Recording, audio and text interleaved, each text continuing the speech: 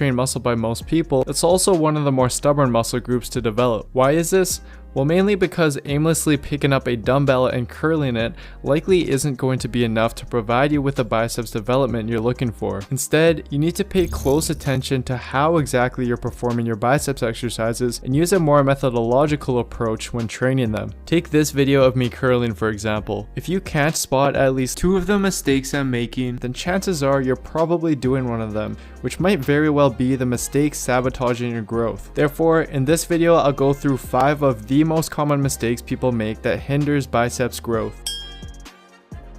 The first and probably the most common mistake is letting other muscles take over and steal tension from the biceps during your curling exercises, which is something that I was unknowingly doing for a very long time. And the 3 main culprits for this are the front delts, upper traps, and forearms, but luckily these can all be quickly fixed with simple tweaks in your form. You can easily tell if your front delts are taking over if your elbows move forward as you curl, although a few degrees of movement is normal and expected during a curl since the biceps also weakly assist in shoulder flexion. Once it becomes excessive is when it becomes a major problem since it takes tension away from the biceps. So what you want to do instead is lower the weight and ensure that you're keeping your elbow locked in place and pinned to your side throughout the curl like so, which will allow your biceps to take on almost the entire load and minimize the involvement of the front delts. Another option if you're still struggling with this is to perform the curl with your back and elbows against the wall, which will physically force your elbows to stay locked in place. The next muscle, the upper traps, is a little more subtle to catch, but it's just as common. You can tell if your traps are taking over the curl if you're shrugging your shoulders up towards your ears every time you curl. This once again takes a lot of the tension away from the biceps and is an indication that you should probably lower the weight. Instead, you want to depress your traps by bringing your shoulders down and away from your ears before your curl, and keep them in this depressed position throughout the movement. Doing so will instantly shift a lot of the tension back to the biceps. And finally, letting your forearms take over happens when you flex your wrists as you curl the weight.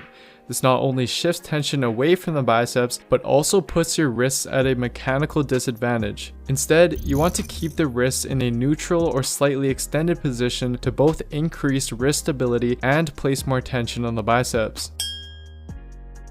Although as mentioned in my biceps peak video, a partial range of motion can be used to target specific regions of the biceps, generally you want to use a full range of motion to optimize overall development of the biceps. This is because several studies have favored the use of full range of motion over partial range of motion for both strength and muscle growth. For example, one 2012 study by Pinto and colleagues found that in 40 male subjects, using a full range of motion during the biceps curl led to significantly greater growth of the biceps and a 25% increase in strength as opposed to just 16% in the partial range of motion group. You can implement this when curling by contracting the triceps at the bottom of every rep to ensure that the biceps are fully lengthened before each rep, which will also help maximize biceps recruitment in the following rep due to the concept of reciprocal inhibition. Although the previous tip will dramatically improve the tension placed on the biceps, it's also important that you actually feel and focus on the biceps working during your exercises. And yes, this will make a huge difference in your growth. For example, one very recent 2018 study by Schoenfeld and colleagues found that subjects who use this mind to muscle idea by focusing on squeezing the biceps during each rep of a curl experience almost double the muscle growth in their biceps compared to subjects who were instructed to just simply get the weight up. So instead of just trying to curl the weight up, you need to focus on really feeling the biceps working, which often will require you to set your ego aside and lighten the weight that you use. And one helpful cue to think about as you curl is to think about squeezing the bar into your body.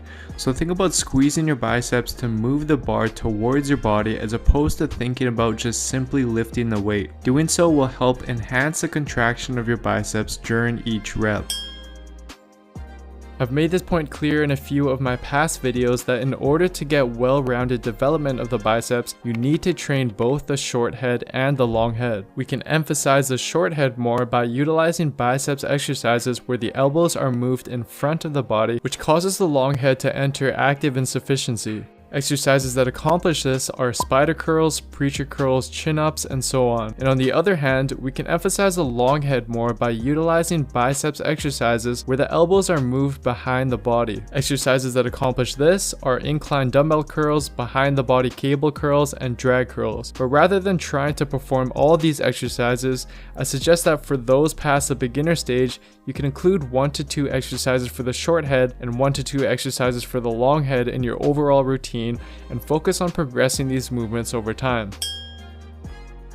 One of the first things people do if a muscle isn't responding well is increase the volume for that muscle group. And although we know based on Brad Schoenfeld's 2016 meta-analysis that up to a certain point more volume does mean more growth, you have to be aware of how your volume is accumulating through other movements. For example, on your back or pull days, your biceps are heavily involved in almost every single exercise you typically do. Adding in tons of isolation exercises on top of this will very likely lead to the opposite effect you're looking for. This is especially true in the case of non-responders, since research shows that they typically exhibit a magnified inflammatory response to training compared to high responders, simply meaning that they exhibit more inflammation and muscle damage than usual after training, and indicates that a lower volume approach may in fact be ideal. So instead, if you aren't seeing the results that you want despite increasing volume, take a step back and decrease the volume dedicated to your biceps and see how they respond. Instead of, for example, adding in 4 or more biceps isolation exercises to your overall routine, stick to just a couple and focus on progressively overloading those as well as your main pulling movements. It's very likely that you'll find your biceps respond much better to this adjusted level of volume. That's pretty much it for the video, guys. To sum up the video, here are the main points that I want you to take away. If you've been struggling with growing your biceps, then it's very likely that at least one of the following mistakes is the reason